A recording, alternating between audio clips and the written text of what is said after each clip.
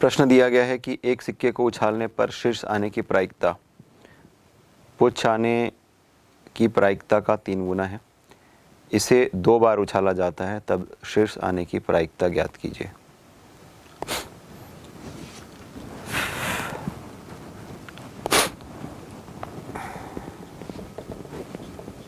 तो पहली बात ये कि जो दिया गया है वो हम लिख लेते हैं कि एक सिक्के के उछाल में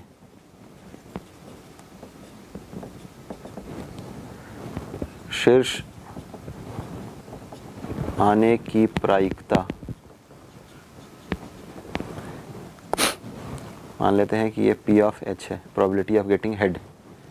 पुच्छ आने की प्रायिकता मतलब टेल, पुच्छ आने की प्रायिकता PT से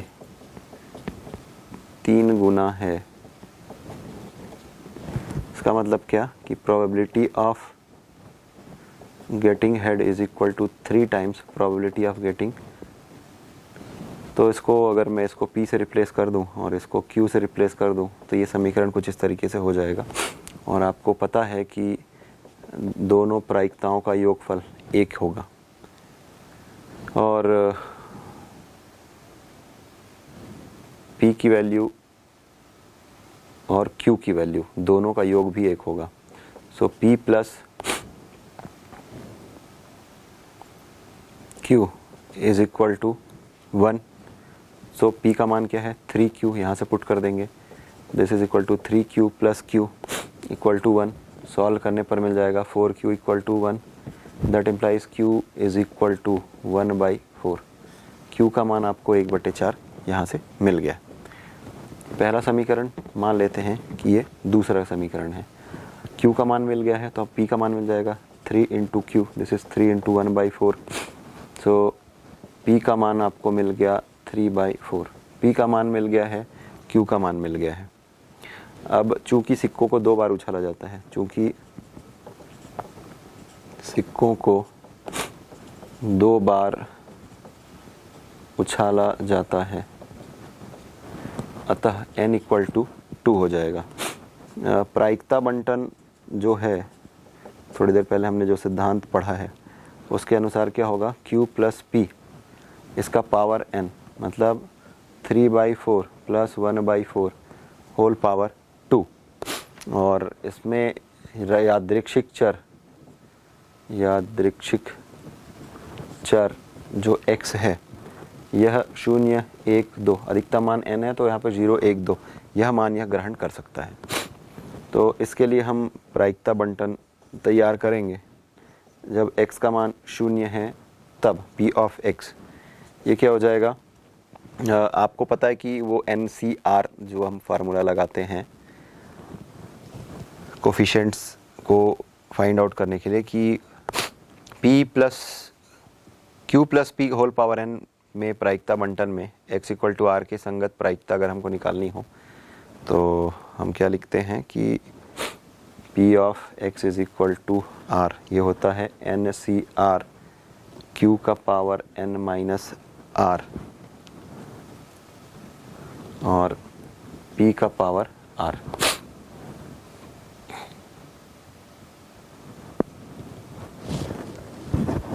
हाँ, अर्जेंट है क्या कुछ? बोलो। मैं रिकॉर्डिंग कर रहा हूँ, 5 मिनट फ़ोन करता हूँ। इसके उपयोग से हम इसको सरल करेंगे तो NCR, n का मतलब है यहाँ पे 2CR दैट इज 0, तो हो जाएगा 2C0। Q का पावर 2 माइनस 0, सो Q का पावर 2 माइनस 0 और P का पावर 0, तो ये हो जाएगा 2C0 1/2 का जो पावर है Q का मान है यहाँ पर 1/4 है, ये Q का मान है तो 1/4 इसका पावर 2 हो जाएगा और P का पावर 0 तो वो 1 हो जाएगा। इसको लिखने की ज़रूरत नहीं है, अगर लिखना चाहें तो 3/4 का पावर 0 ये आपको मिल जाएगा 1 और ये मिल जाएगा 1/16। तो अल्टीमेटली ये आपको मिल रहा है 1/16। तो इसमें हमें दूसरा मान ज्ञात करना है p x = 1 के लिए। तो जो फार्मूला है NCR q का power n minus r p का पावर r उसका उपयोग करेंगे। तो ये मिल जाएगा 2c1 q का पावर 2 - 1 और p का पावर 1। तो ये हो जाएगा 2/1। q की जो वैल्यू आपको मिल गई है 1/4, तो ये तो 1 रहेगा। और p का पावर 1, तो p का पावर मतलब 3/4, तो मिल जाएगा 6/16। इसी तरीके से हमें तीसरा मान याद करना है x = 2 के लिए। तो ये हो जाएगा 2c2 q का पावर 2 - 2 और p का power 2। So 2c2 that will be equal to 1 और ये भी आपको 1 मिल जाएगा। p का पावर 2 का मतलब है 3/4 का पावर 2, ये आपको मिल जाएगा 9/16। तो इस तरीके से हम एक चार्ट बना सकते हैं जो कि हमें ज्ञात करने के लिए कहा गया था। x का मान जब 0 है तब ये आपको मिला है 1/16, जब x का मान 1 है तो आपको मिला है 6/16 और जब x का मान 2 है तब आपको मिला है 9/16। तो 9 और 6 और 1 जोड़ेंगे मिल जाएगा 16, 16 और 16/16 मिल जाएगा 1। तो इस तरीके से ये जो प्रायिकता बंटन सारणी जो ज्ञात करने के लिए कहा गया था, ये हमारा उत्तर है। तो प्रश्न दिया गया है कि बैग ए में 2 सफ़ेद और 3 लाल गेंदें और बैग बी में 4 सफ़ेद और 5 लाल गेंदें हैं। इन बैगों में से एक गेंद चुनी जानी है तो वह लाल पाई जाती है। बैग बी से निकाली एक गेंद निकलने की प्रायिकता ज्ञात कीजिए। तो बेज का जो प्रमेय है उसका उपयोग करके हम इसको सॉल्व करेंगे। तो यहाँ पर बैग की बात की गई है कि बैग ए है, इसमें 2 वाइट है और रेड की बात की जाए तो 3 रेड है। इसी तरीके से बैग बी है, इसमें 4 वाइट बॉल है और 5 रेड बॉल हैं। तो बैग बी से निकली गेंद रेड होगी या इनमें से गेंद चुनी जाती है वह लाल है और वह बी बैग से ली गई है, ये हमें ज्ञात करना है इसकी प्रायिकता। तो इसके लिए हम कुछ अनोटेशन यूज़ करते हैं कि माना E1 जो है यह बैग ए से चुने जाने की घटना है और E2 जो है यह बैग बी से चुने जाने की घटना है। और इसमें हम देखते हैं E जो है यह लाल गेंद चुने जाने की प्रायिकता है और हमको क्या चाहिए कि एक गेंद निकाली जाती है जो कि रेड हो और वो बी बैग से निकाला जाए। तो हमें क्या ज्ञात करना है, P of E2 upon E, यह हमें ज्ञात करना है। तो इसके लिए हम बेज के प्रमेय का जो सूत्र है उसका हम उपयोग करेंगे। तो इसको अगर लिखा जाए सूत्र को तो आप लिखेंगे P of E/E2 into P of E2 और संपूर्ण प्रायिकता प्रमेय यहाँ पर यूज़ होता है E1 into P of E1 plus P of E/E2 into P of E2, ये हम प्रयोग करेंगे। तो ये P of E/2, P of E2, P of E1 ये सब हम पहले कैलकुलेट कर लेंगे। तो मान करके चलते हैं कि ये हमारा सूत्र है जिसे हमने समीकरण 1 नाम दे रखा है।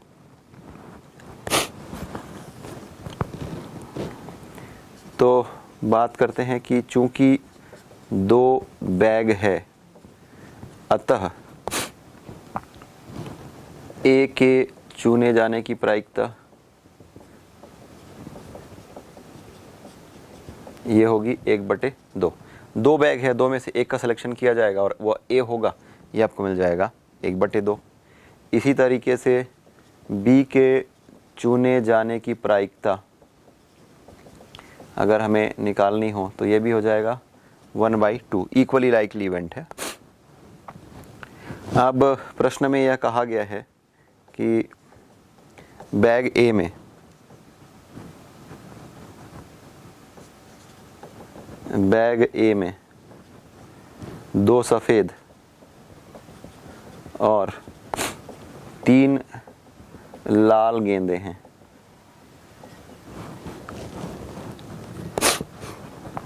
तो एक लाल गेंद निकलने की प्रायिकता, एक लाल गेंद निकलने की प्रायिकता, एक लाल गेंद निकलने की प्रायिकता को हम लिखेंगे P ऑफ E/E1। देखिए E क्या है, लाल गेंद चुने जाने की प्रायिकता, और E1 जो है वह बैग ए से चुने जाने की घटना है। तो इस प्रकार ये पहली बात है कि बैग ए में जो 3 लाल है उसमें से सिलेक्शन किया जा रहा है, या लाल गेंद, और वो कहाँ से होगा, बैग ए से होगा। ये हमने कैलकुलेट किया। तो ये क्या हो जाएगा, टोटल कितने बॉल हैं, 3 और 2 5। फेवरेबल सफ़ेद, फेवरेबल कौन सा होगा, लाल होगा, क्योंकि लाल गेंद पूछा गया। तो 3 इसके न्यूमरेटर में आ जाएगा। इसी तरीके से प्रश्नानुसार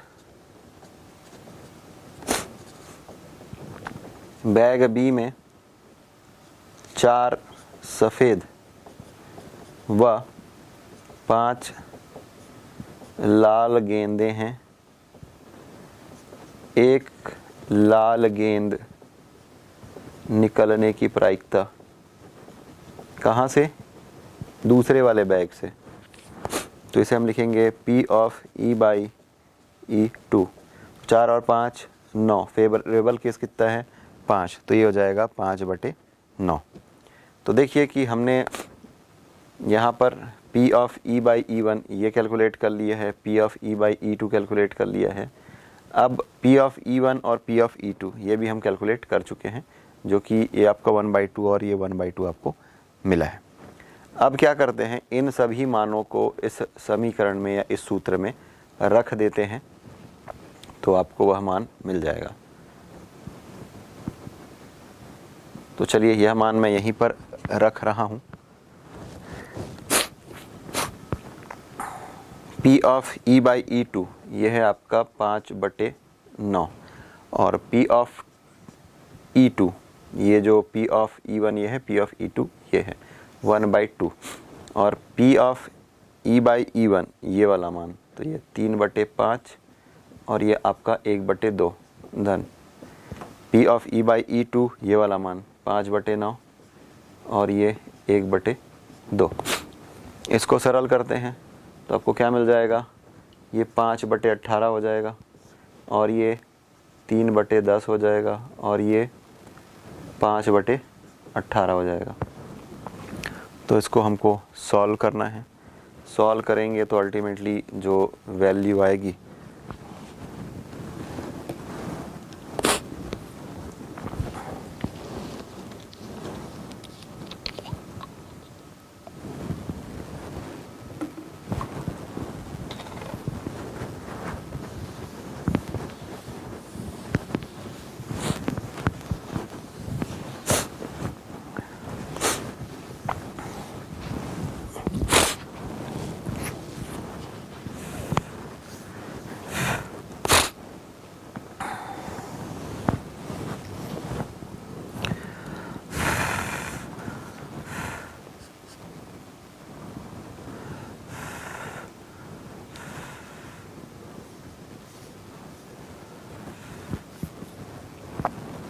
हो गया आपका 5/18।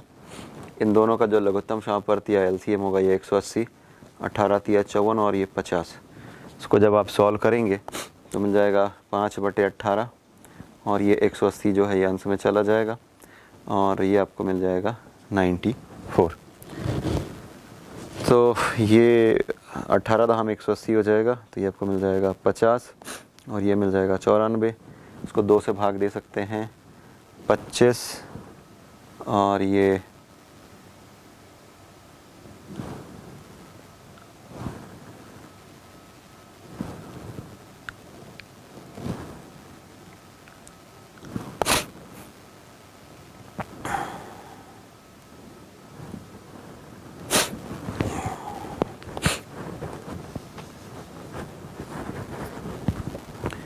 इन दोनों को जोड़ेंगे तो मिल जाएगा 104, 18 दहम 180 हो जाएगा, तो ये हो जाएगा आपका 50 और ये 104, इसको भाग देंगे तो 25 और इसको भाग देंगे तो 52।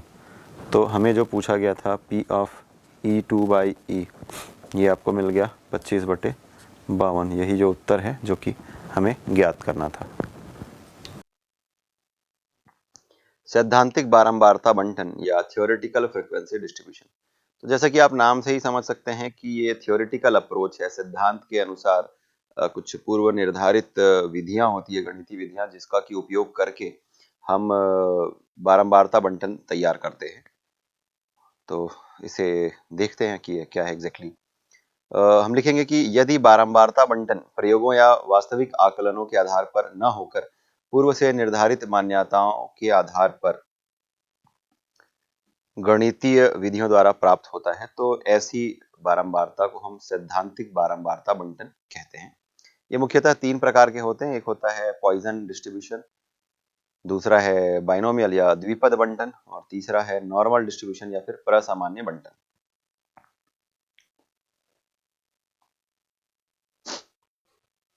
अब इसमें एक प्रकार का बर्नौली ट्रायल, ये एक वर्ड आता है, तो देखते हैं कि ये बर्नौली ट्रायल क्या होता है।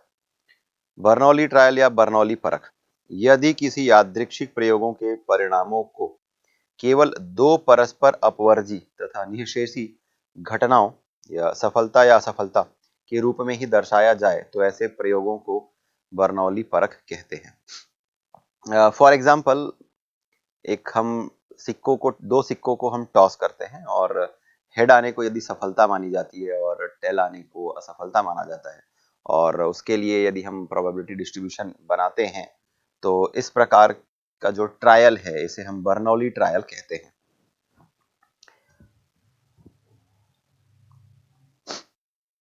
अब बात करते हैं द्विपद बंटन की या बाइनोमियल डिस्ट्रीब्यूशन की।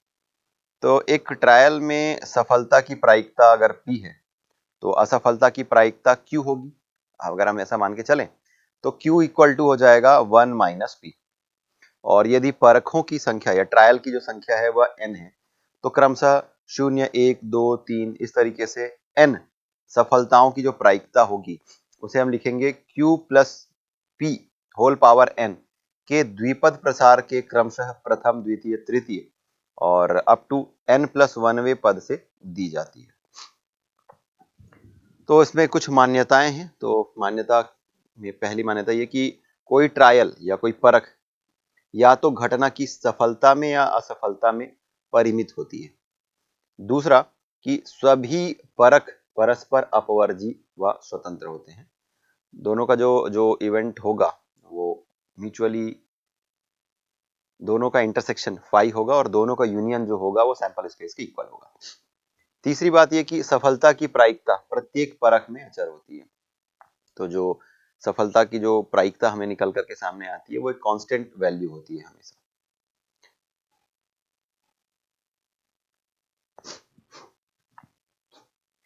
तो n परखों के यादृच्छिक प्रयोग को, जो हमने अभी मान्यता डिस्कस करी है, उसके आधार पर यदि किया जाता है जिससे सफलता की प्रायिकता अगर P है और असफलता की प्रायिकता Q है, तो जिससे हम लिख पाएंगे कि P plus Q equal to 1, क्योंकि किसी घटना के घटने की प्रायिकता और न घटने की प्रायिकता दोनों का योगफल 1 होता है।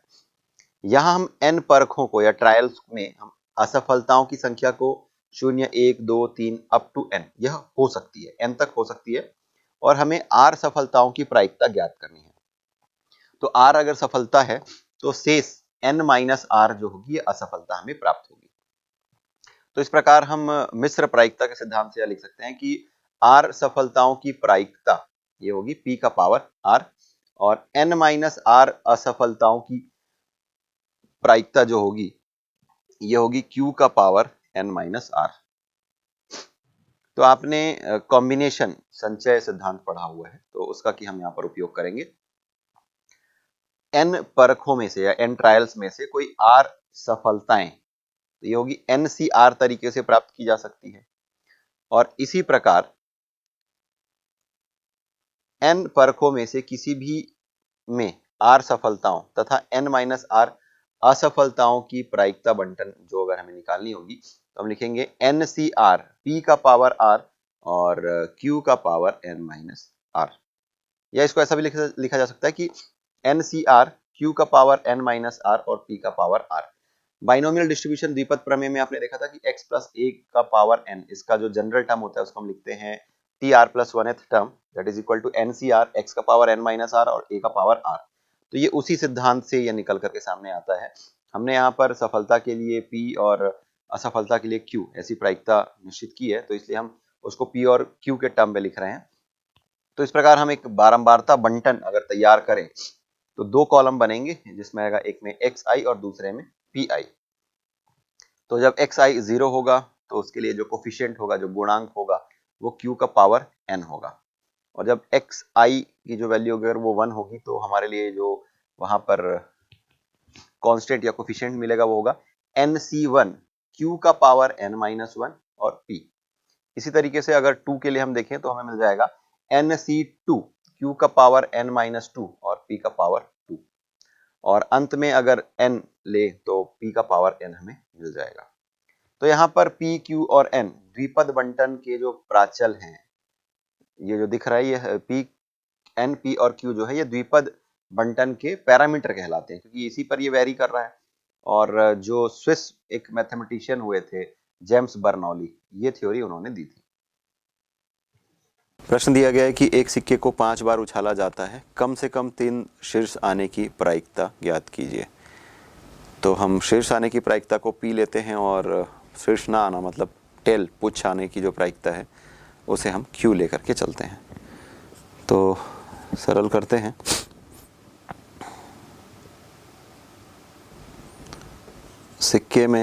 सिक्के के उछाल में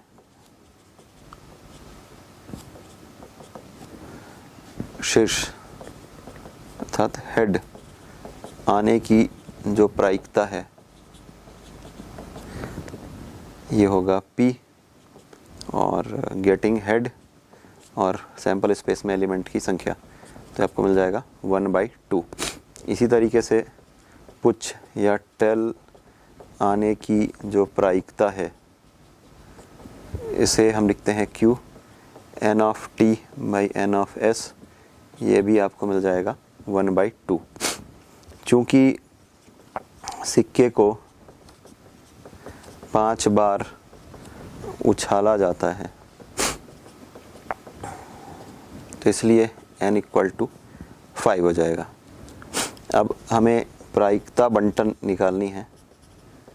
प्रायिकता बंटन तो Q plus P whole power यहाँ पर n, तो Q that is 1/2, P that is 1/2 whole power 5। अब हमें क्या बोला गया है कि कम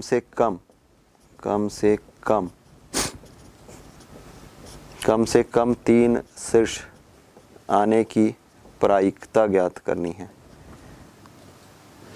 तो P जो हमें कैलकुलेट करना है वो होगा ये, वो होगा ये और वो होगा ये।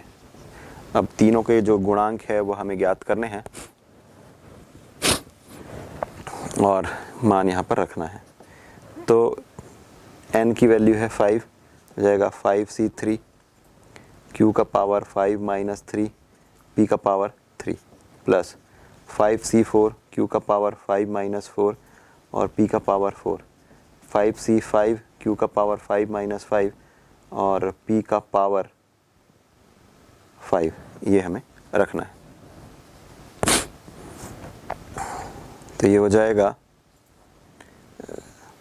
5c2 कॉम्प्लीमेंट्री कॉम्बिनेशन से और q का पावर 2, q मतलब 1/2 का पावर 2, 1/2 का पावर 3, ये हो जाएगा 5c1, q का पावर 1 मतलब 1/2 का पावर 1 और 1/2 का पावर 4, 5c5 ये आपको मिल जाएगा, ये 5c0 के इक्वल हो जाएगा ये, और q का पावर 0 दैट इज़ 1 और p का पावर 1/p का पावर 5 है तो ये हो जाएगा 1/2 का पावर 5। जब आप सॉल्व करेंगे तो देखेंगे कि 1/2 का पावर यहाँ पर 3 + 2 5, 4 + 1 5 और यहाँ पर 5, तो 1/2 होल पावर 5 और इसको सॉल्व करेंगे तो 5 × 4 अपॉन 1 × 2, ये 5/1 और ये आपको मिल जाएगा 1। सॉल्व करेंगे तो मिल जाएगा 1/2 होल पावर 5 और 5 दूनी 10 और ये 5 15। तो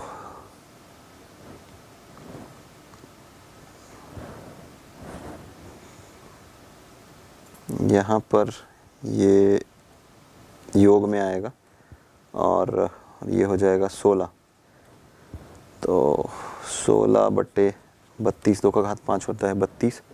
सरल करने पर मिल जाएगा 1/2 और यही वह उत्तर है जो हमें ज्ञात करना था। प्रश्न है कि 2 रिक्त स्थानों के लिए राम व श्याम 2 उम्मीदवार हैं।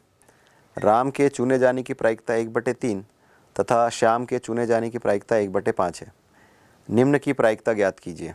पहला, कोई एक चुना जाए। दूसरा प्रश्न, कोई भी चुना ना जाए। तीसरा, कम से कम एक चुना जाए। और चौथा, दोनों चुने जाए। तो पहले जो 2 प्रायिकता दी गई है वो लिख लेते हैं। राम के चुने जाने की प्रायिकता,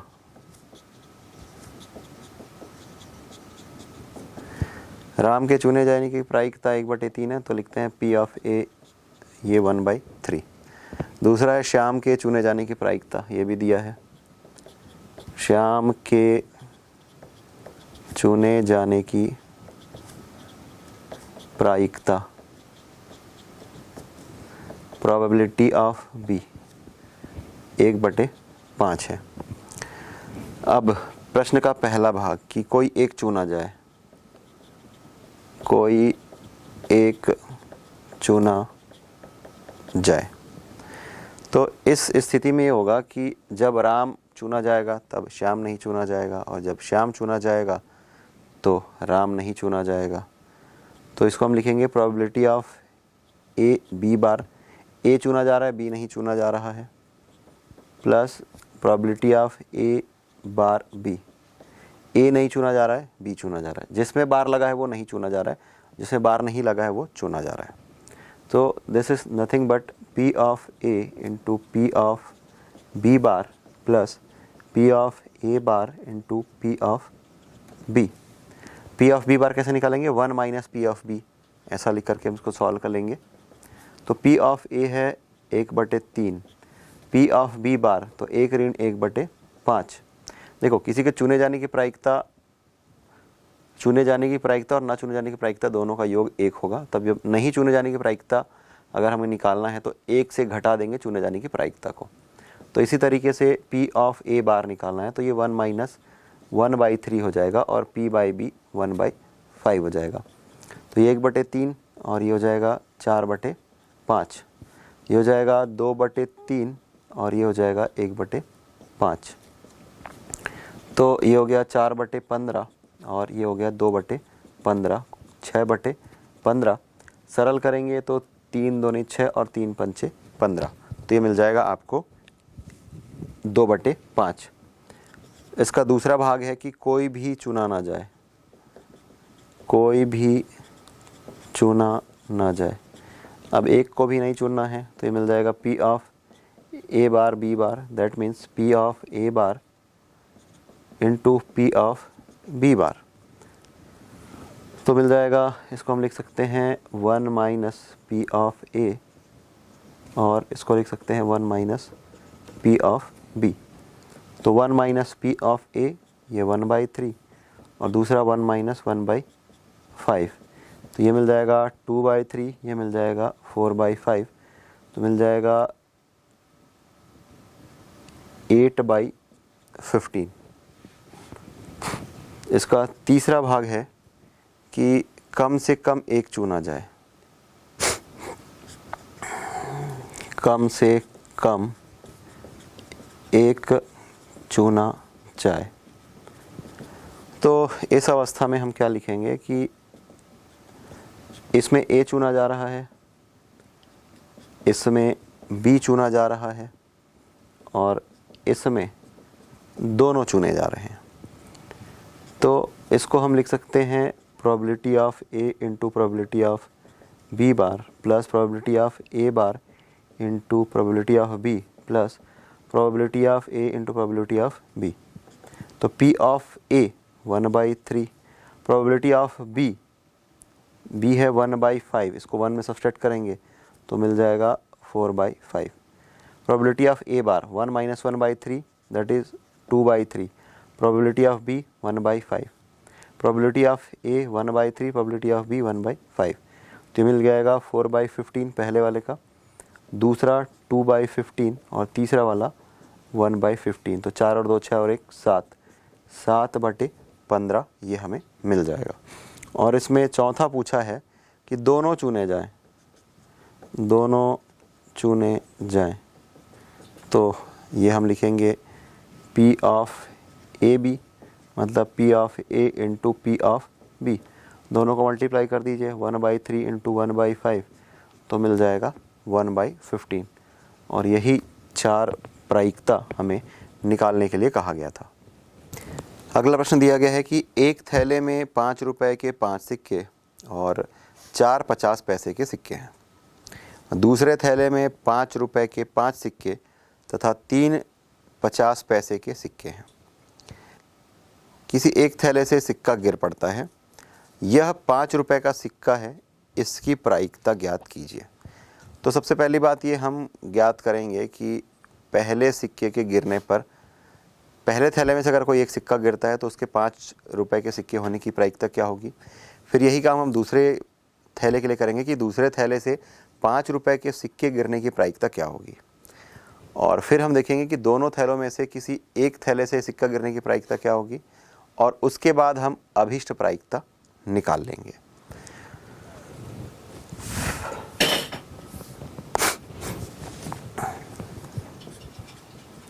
तो चलिए हल करते हैं। तो पहले थैले में 5 रुपये के 5 सिक्के, 50 पैसे के 4 सिक्के।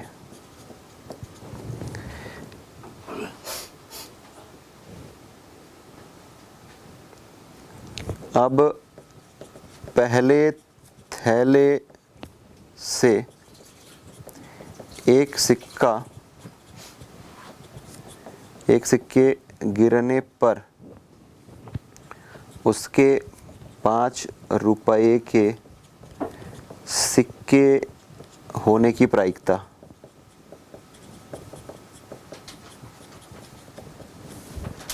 तो 5 रुपए के कितने सिक्के हैं, 5 सिक्के हैं, और दोनों को जोड़ देंगे तो 5 और 4 9, तो ये 5/9 मिल जाएगा कि पहले थैले से यदि एक सिक्का गिरता है तो उसके 5 रुपए के सिक्के होने की प्रायिकता ये हो गई।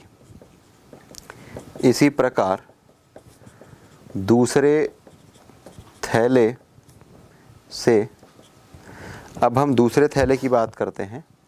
दूसरे थैले में क्या क्या है, 5 रुपए के 5 सिक्के हैं और 50 पैसे के 3 सिक्के हैं। इसी प्रकार अब हम क्या कैलकुलेट करेंगे कि दूसरे थैले से एक सिक्का गिरने पर उसके 5 रुपये के सिक्के होने की प्रायिकता,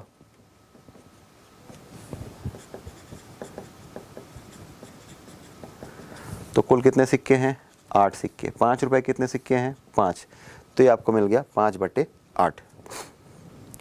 अब दोनों थैलों में से किसी एक से सिक्का गिरेगा, तो दोनों थैलों में से किसी एक थैले से सिक्के गिरने की जो प्रायिकता है तो ये हो जाएगी 1/2, क्योंकि 2 थैले हैं तो किसी में से एक से गिरना है, तो 1/2 ये प्रायिकता हो गई। और हमें जो प्रायिकता पूछी गई है कि दोनों थैलों में से अगर कोई सिक्का गिरता है तो 5 रुपए के सिक्के होने की प्रायिकता क्या है, तो ये हो जाएगा 1/2। पहला वाला थैला सेलेक्ट किया गया है और उसमें से 5 रुपए के सिक्के होने की प्रायिकता ये हो गई। इसी तरीके से दूसरा थैला है वो उसका सिलेक्शन होता है और उसमें से 5 रुपए के सिक्के होने की प्रायिकता ये हो गई। दोनों के दोनों जो घटनाएं हैं परस्पर अपवर्जी घटनाएं हैं, स्वतंत्र घटनाएं आप ऐसा कह सकते हैं। इसको सॉल्व कर लेते हैं। ये हो जाएगा 5/18 और ये हो जाएगा 5/16। इसको सॉल्व करेंगे, एलसीएम लेंगे, मिल जाएगा 144 और ये होगा 40 और ये होगा 45 और सरल जब करेंगे तो मिल जाएगा 85/144। तो ये वो प्रायिकता है जो कि हमें ज्ञात करना था। अगला प्रश्न ये है कि 3 सिक्के एक साथ उछाले जाते हैं, प्रत्येक में पुछ या टेल ऊपर आने की प्रायिकता ज्ञात कीजिए यदि, पहला प्रश्न, उनमें से एक सिक्का में पुछ आता है, दूसरा प्रश्न, उनमें से 2 सिक्कों में पुछ आता है और तीसरा प्रश्न, कम से कम 2 सिक्कों में शीर्ष या हेड आता है। यह हमें निकालना है। और प्रश्न का चौथा भाग है, अधिक से अधिक एक सिक्का में से हेड या शीर्ष आता है। तो पहली बात ये कि 3 सिक्के फेंके जा रहे हैं या 3 सिक्कों को उछाला जा रहा है, तो उसके लिए हम सैंपल स्पेस के एलिमेंट लिख लेते हैं, प्रतिदर्श समष्टि लिख लेते हैं। दिया हुआ है कि 3 सिक्के उछाले जाते हैं,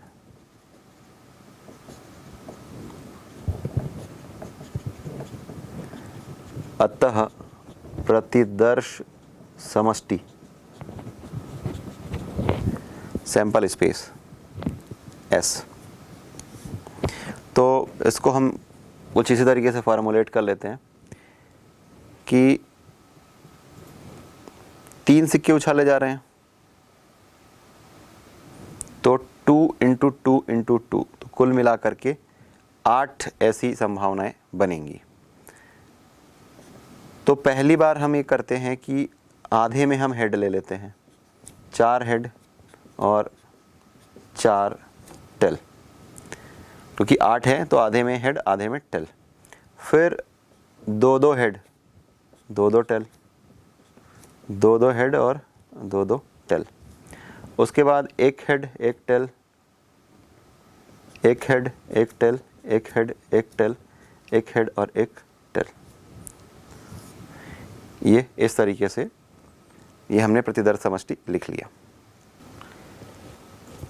प्रश्न में ये कहा गया है कि 3 सिक्के उछाले जाते हैं, प्रत्येक में पुच्छ आने की प्रायिकता ज्ञात करना है। पुच्छ आने की प्रायिकता ज्ञात करना है जबकि उनमें से एक सिक्के में पुच्छ आता है। तो हम पहला प्रश्न सरल कर रहे हैं कि हमें प्रत्येक में पुच्छ या टेल ऊपर आने की प्रायिकता ज्ञात करना है।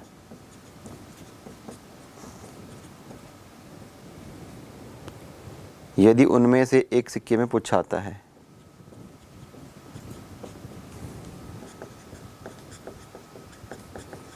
एक सिक्के में पुच्छ या टेल आता है,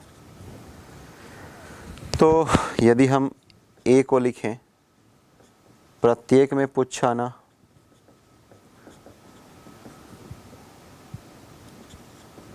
आने की घटना, प्रत्येक में पुच्छ आने की घटना मतलब टेल टेल टेल, यही ये जो एक कॉम्बिनेशन आ रहा है टी टी टी, ये आपको मिल जाएगा। तो इसका मतलब ये कि सेट A की जो कार्डिनलिटी है ये 1 हुई।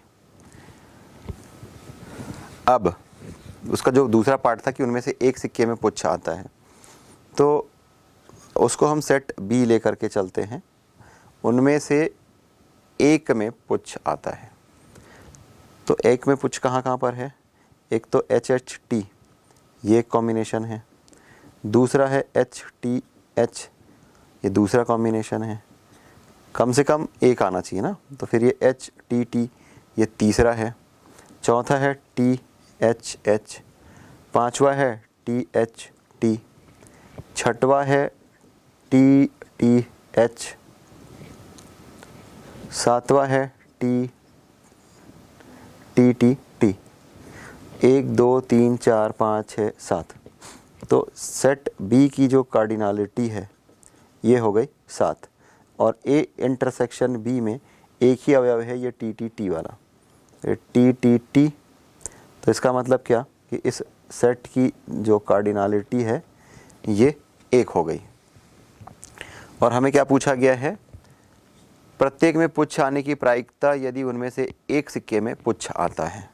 तो हमें जो प्रायिकता निकालनी है, अभिष्ट प्रायिकता, ये क्या हो जाएगा, P of A by B। और आपको पता है कि P of A by B होता है P of A intersection B upon P of B, दोनों को probability of A intersection B। तो इसको हम ऐसा लिख सकते हैं N of A intersection B upon N of S, और दूसरा cardinality of B upon N of S। तो A इंटरसेक्शन B कितने अवयव हैं, 1/36, और B में कितने अवयव हैं, 7/36। सरल कर लेंगे तो मिल जाएगा 1/7। तो घटना A की प्रायिकता जबकि घटना B घट चुकी है, ये P of A by B, इसी को हम कहते हैं। और ये हमारा पहला पार्ट सॉल्व हो गया। अब प्रश्न का दूसरा भाग है कि प्रत्येक में पुच्छ आने की प्रायिकता ज्ञात कीजिए यदि उनमें से 2 सिक्कों में पुच्छ आता है। तो ये जो सैंपल स्पेस के एलिमेंट है हम उसको एज इट इज रखते हैं, सेकेंड क्वेश्चन को सॉल्व करते हैं। ठीक है, प्रश्न का दूसरा भाग था कि 3 सिक्कों में पुच्छ या टेल आने की प्रायिकता यदि उनमें से 2 सिक्कों में पुच्छ आता है।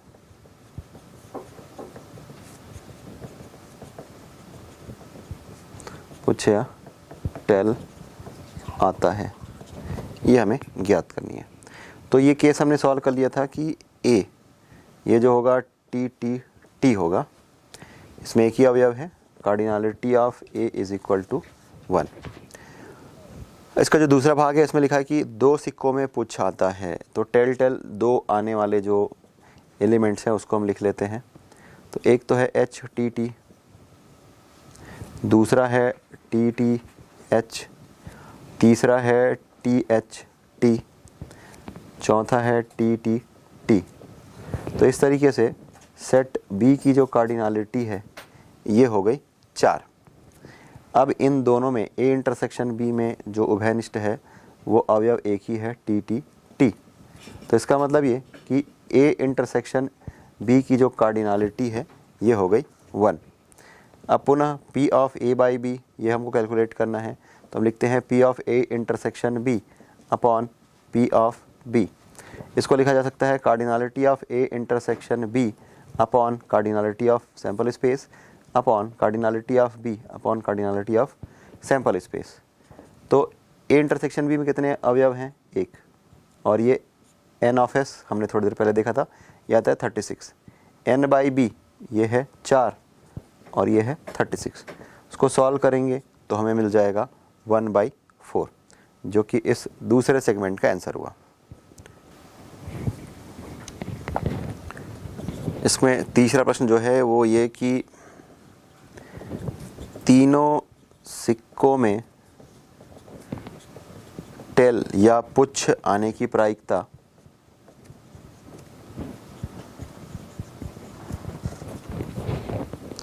यदि कम से कम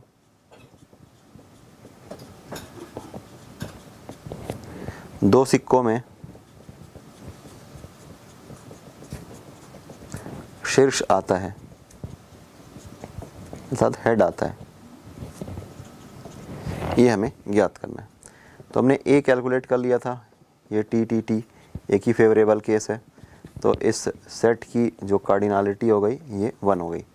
दूसरा बी सेट लेते हैं, कम से कम 2 सिक्कों में शीर्ष आना चाहिए, तो एच एच टी, इसमें 2 हेड होने ही चाहिए ना, तो इसी को हम अलग अलग लोकेट करके इस तरीके से वैरायटी बना लेंगे, या इस सैम्पल स्पेस से आप डायरेक्टली देख करके टिक आउट करके लिख सकते हैं।